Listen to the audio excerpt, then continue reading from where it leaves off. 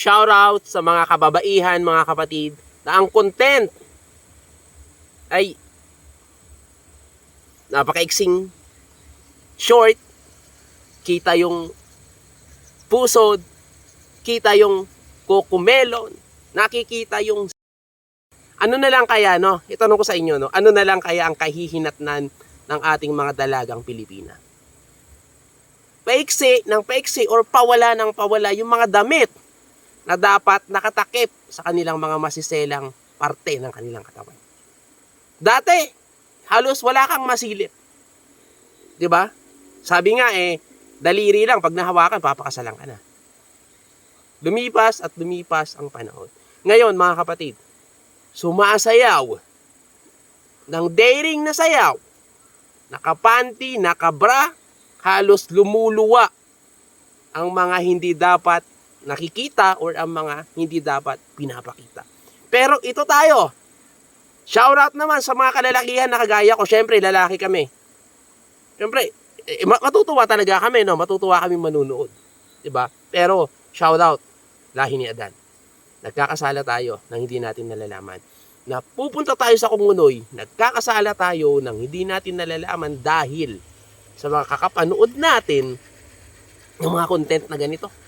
Diba? Nag-iinit yung katawan mo? Kung ano-ano naiisip mo, diba? Yung imagination natin, talaga naman, kung saan-saan napupunta. So sa tingin nyo, hindi tayo nagkakasala. Nagkakasala tayo, mga kapatid. So anong gagawin natin, no? Anong gagawin natin? Ako nga, binablock ko na lahat na nakikita ko na dumadaan sa wall ko. Para wala lang akong makita hanggat maari.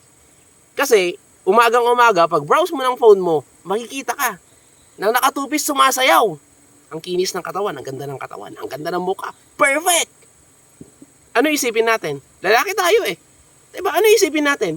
Ipokrito naman ako pag hindi ko sinasabing nag-iinit din naman ako. At ini-imagine ko na, ewan, to the moon. Diba? Kaya hanggat maaari, no, i-boycott na natin itong mga content na ganito. Sorry, boycott na natin. Kasi baka sa susunod, mga tatay, mga kapwa tatay, anak nyo na yung nakikita nyo naggaganon. So hanggat maaari, gumawa tayo ng paraan. Wala tayong pakialam. Wala tayong pakialam. Wala rin naman silang pakialam sa atin Bakit? Inisip ba ng mga to? Nagagayahin sila ng mga anak nating kababaihan? Nasasayaw na nakapantit nakabra? Iniisip ba nila yon? Hindi, diba? So, wala tayong pakialam. Bahala kayo. Bahala kami.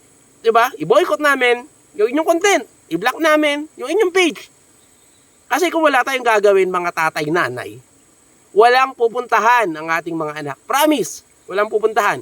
Iniidolo na nitong mga to.